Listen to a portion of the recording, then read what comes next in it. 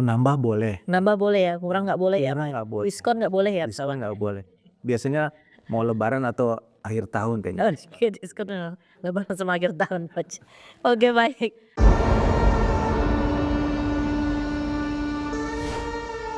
Assalamualaikum warahmatullahi wabarakatuh. Waalaikumsalam warahmatullahi wabarakatuh. Kembali lagi bersama podcast istimewa, inovatif, santai, tematik, menarik, berwawasan sama saya Andari Diutami, dan hadir di hadapan kita narasumber kita Bapak Pramana Wahyu Setiawan.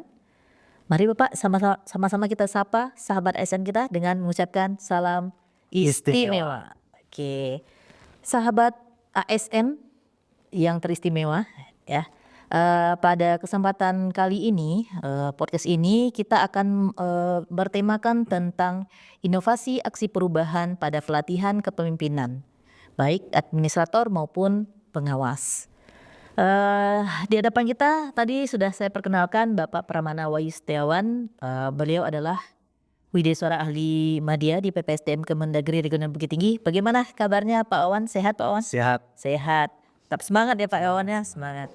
Nah, kali ini Pak Wawan, tadi kita sudah bahas tema ya tentang inovasi aksi perubahan. Nih, kemarin kita sudah bahas tentang Latsar. Nah, sekarang kita akan bahas tentang kepemimpinan nih Pak Wawan. Pada dasarnya peserta kepemimpinan ini Pak Wawan datang ke PPSDM Kemendagri Regional Bukit Tinggi pasti tidak hanya menginginkan untuk melaksanakan pelatihan, tapi mereka juga sudah tahu bahwa akan melaksanakan sebuah aksi perubahan, ingin mengangkat sebuah inovasi. Tapi banyak sekali nih pertanyaan Pak Wawan ketika mereka datang ke sini gitu ya. Yang dipertanyakan adalah, waduh, bagaimana nih aksi perubahan saya? Apa yang perlu saya buat ini untuk aksi perubahan saya? Inovasi-inovasi apa? Dan setelah ditemukan inovasi yang telah didapatkan, ada lagi pertanyaan berikutnya Pak Wawan. Pertanyaannya adalah gimana sih cara bikinnya gitu ya. Nah, mumpung di sini ada narasumber kita yang sudah sangat malah melintang nih dalam pembimbingan dan juga evaluasi dalam pelaksanaan pelatihan kepemimpinan kita di PPSDM Regional Bukit Tinggi. Kita tanya langsung dengan Pak Awan nih. Pak Awan, gimana sih kira-kira untuk menghilangkan pertanyaan-pertanyaan dari peserta ini?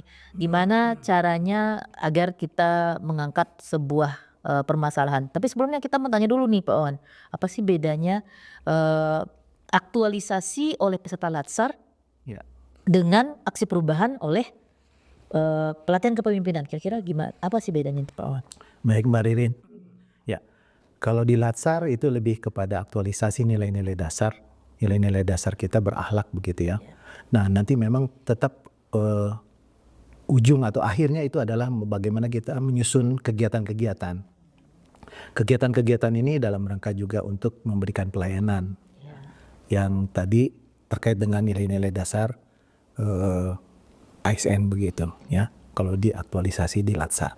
Kemudian kalau kita bicara tentang pelatihan kepemimpinan pengawas atau administrator, itu lebih kepada, kalau di pengawas lebih kepada layanan, kepemimpinan layanan, kemudian kalau di administrator lebih kepada kepemimpinan kinerja organisasi. Oke, berarti perbedaannya lebih kepada apa ya Pak ya, isinya yakni adalah kalau di Latsar adalah bagaimana dia mengimplementasikan nilai-nilai berakhlak, tapi kalau di kepemimpinan bagaimana dia merubah organisasi dengan kepemimpinan tersebut. Kalau di PKP sebagai peningkatan pelayanan, kalau di PKA itu peningkatan kinerja organisasi. Ya, oke, luar biasa. Ya, jadi untuk menuju itu Bapak Wawan, kira-kira bagaimana sih seorang peserta PKP atau PKA itu menarik sebuah isu yang bisa kita hubungkan untuk peningkatan pelayanan dan juga kinerja tadi? Gimana sih kira-kira Pak? Baik, terima kasih Mbak Ririn. Sebenarnya ada beberapa yang bisa kita mulai ya. Tentu pertama tidak lepas daripada isu ya, isu yang ada di OPD kita ya. Kita berangkat dari isu yang ada di OPD kita. Nah, untuk bisa berangkat dari isu yang ada di OPD kita bisa memulainya kalau kita di OPD kan ada beberapa jabatan, kalau di PKA ya, itu ada beberapa jabatan eselon 3 ya, ada sekretaris, ada beberapa bidang di situ. Nah, untuk lebih mudahnya mungkin kita bisa angkat dari setiap jabatan-jabatan itu isunya, kita angkat dari situ. Ya, kadang-kadang memang kita sulit juga. Kalau di administrator itu lebih kepada tatanan program. Kalau kita cari juga kadang-kadang susah juga, sulit ya. Walaupun kita melihat atau merujuknya dari tupoksi kita ya.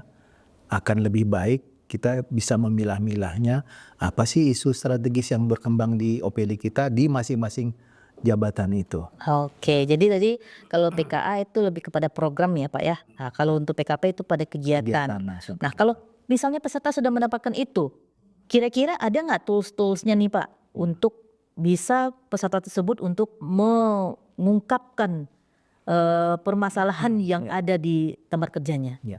Kita bisa menggunakan apa sih Pak? Oke, ya. Tetap toolsnya kalau di PPSDM Regional Bukit Tinggi kita tidak yang sulit-sulit benar ya. Kita akan pakai analisa APKL, kemudian analisa USG. Tentu untuk sampai ke sana, setelah kita tetapkan di situ, di PPSDM Regional Bukit Tinggi kita mencoba seperti buat bagan alur pikir begitu, untuk bisa lebih memudahkan. Bagan alur pikir ini kebetulan waktu itu yang menyusunnya adalah senior kita di PPSDM WI yang ada di PPSDM Regional Bukit Tinggi. Siapa itu Pak? Pak Said Al-Kudri beliau ya. Nah, mudah-mudahan sampai sekarang masih kita pakai juga. Ini memudahkan peserta dan mungkin juga coach ya, masing-masing pembimbing lebih mudah untuk mengarahkan kepada coachingnya atau pesertanya. Oke, kalau gitu kita boleh dong Pak Wan ngelihat contohnya biar sobat ASN yang ada di sini bisa tahu nih dan lebih gampang. Kan kalau ada contoh akan lebih enak nih Pak Wan. Mudah-mudahan. Boleh nggak Pak Wan perlihatkan contohnya kepada sahabat ASN kita? Oke, baik, terima kasih Mbak Ririn. Kita lihat dulu sementara. Iya. Di sini ada alur pikir ya. Di sini ada alur pikir. Kita bisa lihat sebentar.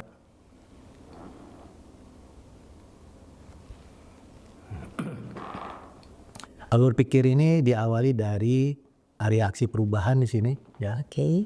Ya, area aksi perubahan. Kemudian ada kondisi sekarang. Kemudian ada kondisi yang diinginkan, ada penyebab masalah di tengah-tengah ini. Kemudian ada penyebab masalah terpilih. Kemudian terobosannya apa? Kemudian ini judul ya. Ada tujuan jangka pendek, tujuan jangka menengah sampai tujuan jangka panjang, bahkan sampai kepada output kuncinya ya. Oke. Nah, kadang-kadang peserta masih agak bingung nih ya. Bagaimana kita memulai untuk mendapatkan area aksi perubahan ini? Iya, saya juga bertanya nih Pak Wawan, ingin bertanya juga. Area aksi perubahan ini maksudnya apa sih Pak Wawan? Kita bisa ngambilnya dari mana kira-kira ini Pak Wawan? Nah, baik, terima kasih Mbak Ririn. Nah, area aksi perubahan ini kita tetapkan dari pemilihan isu strategis yang kita gunakan dengan analisa APKL gitu, Oke. mudahnya. Kita ambil contoh ya seperti ini Mbak Ririn. Ya.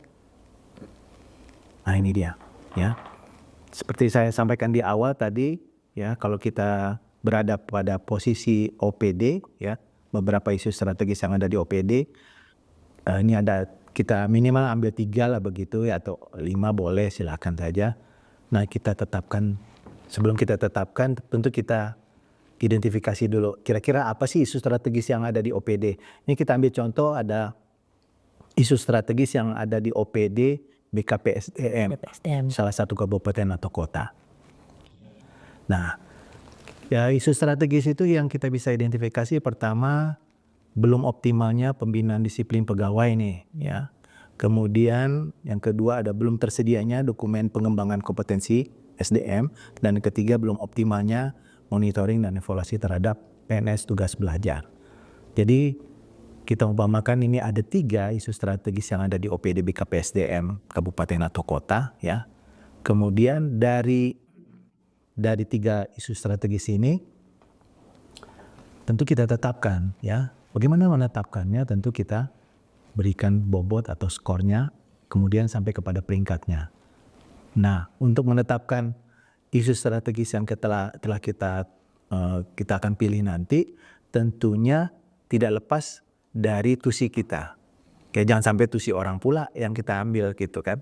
Tetap ke tusi kita. Gitu Mbak Ririn. Jadi kalau kita lihat isu yang terpilih belum optimalnya pembinaan disiplin pegawai ya Pak ya.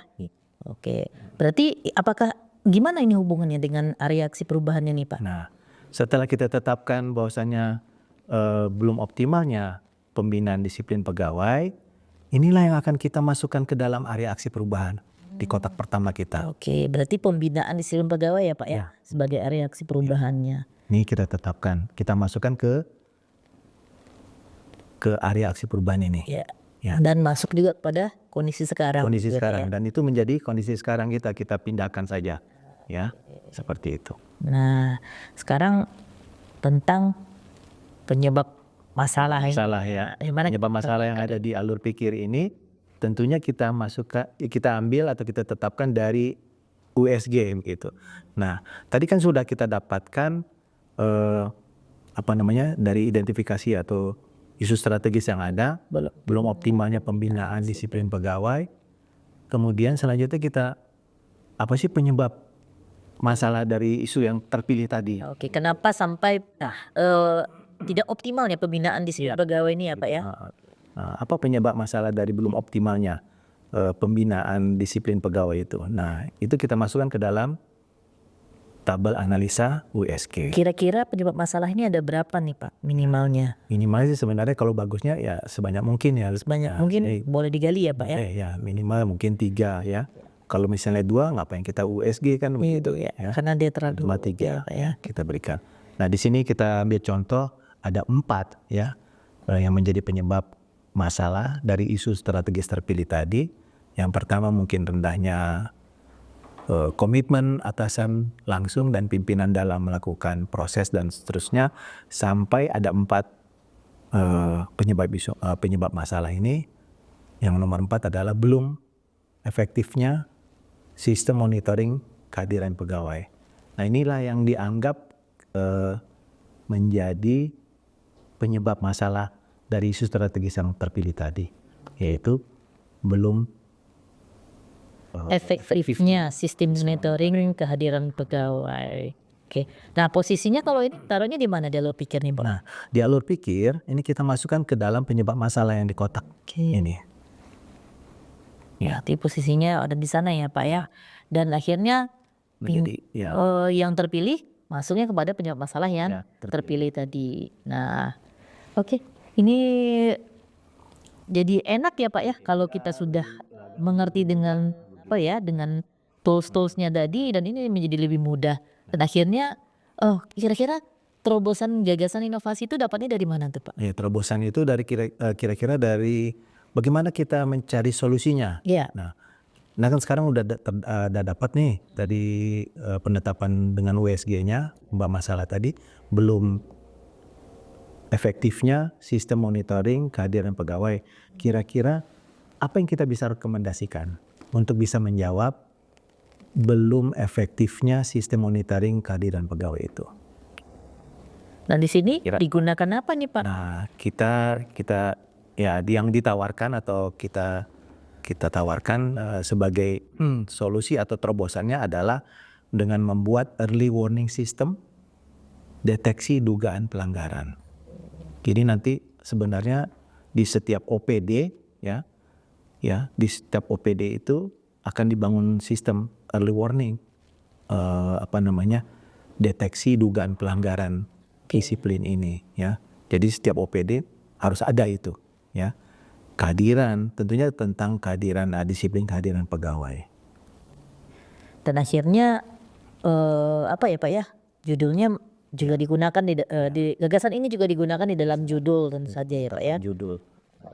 Setelah kita tetapkan solusi atau rekomendasinya tadi, maka kita bisa lanjutkan ke penyusunan judul begitu. Ya. Judul ini tetap kita angkat dari area aksi perubahan. Ya. Kemudian plus terobosan kita apa? Ya.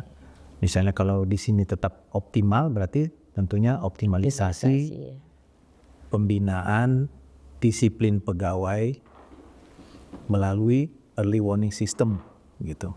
Oke. Nah, tujuan jangka pendek, tujuan jangka menengah, dan tujuan jangka panjang nih apa maksudnya nih Pak Wawan? Ya. Nah, ini yang akan kita kembangkan lagi setelah kita dapatkan judul, kira-kira untuk bisa mensukseskan atau sampai terwujudnya early warning system ini, apa sih kegiatan-kegiatan yang akan kita susun gitu. Oh, jadi untuk tujuan jangka pendek ini adalah bentuknya adalah kegiatan untuk mewujudkan dari Early warning system, terobosan kita ya untuk mendukung terobosan kita ini. Kalau tidak ada tujuan jangka pendek tentu tidak akan selesai ini.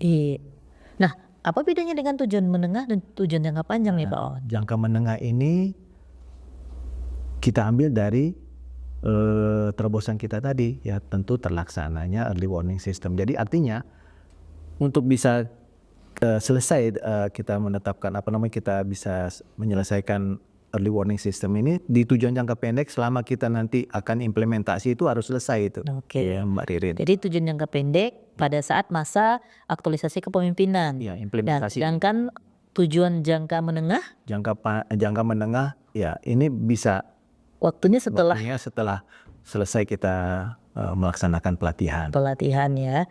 Dan tujuan jangka panjang adalah untuk keberlanjutan ya Pak ya. Nah, di tujuan jangka panjang ini tetap ya ini dia terobosan kita tadi, apa perubahan tadi. Pembinaan disiplin pegawai. Mudah-mudahan ini bisa terwujud. Terwujud ya. Karena ini juga berhubungan dengan kondisi yang diinginkan. Ya. Harapannya adalah terlaksananya atau optimalnya pembinaan disiplin kehadiran pegawai ini dengan telah terlaksananya beberapa kegiatan ini. Ya, diharapkan di tujuan jangka panjang ini sudah tentang pembinaan disiplin pegawai ini sudah selesai ya, artinya mungkin 1 tahun ke depan ya, di atas 6 bulan sudah selesai ya, Pak, ya. ada perubahan. Itu dia. Nah, terakhir ini di dalam alur pikir kita lihat ada output kunci. Kira-kira output kunci ini seperti apa nih? Output kunci ini adalah eviden dari tujuan jangka pendek. Evidennya. Evidennya. Kalau misalnya di tujuan jangka pendek pertama, misalnya apa yang akan kita laksanakan di situ, apa yang akan kita bentuk misalnya. Di sini ada terbentuknya tim perumus. Maka di output kunci pertama tentu evidennya apa? Adanya SK nih Pak ya. SK dan seterusnya. Itu untuk meyakinkan evaluator ya Pak ya, agar apa yang kita janjikan di dalam jangka pendek bisa dibuktikan di dalam output kunci ini. Tujuan jangka pendek ini. Jadi selama implementasi peserta performer gitu, selama implementasi di lapangan lebih kurang 8 minggu itu, inilah yang bisa mereka kerjakan, dan ini yang akan ditagih oleh evaluator untuk di seminar laporan nanti. Nah, satu pertanyaan lagi boleh nggak Pak Wawan? Boleh, silakan. Boleh nggak tujuan jangka pendek ini bertambah gitu? Bertambah. Iya. Kalau nambah boleh. Nambah boleh ya, kurang nggak boleh ya? Kurang nggak boleh. Diskon nggak boleh ya? Diskon nggak boleh. Biasanya mau lebaran atau akhir tahun kayaknya. Oke, diskon lebaran sama akhir tahun. Oke, baik. Luar biasa.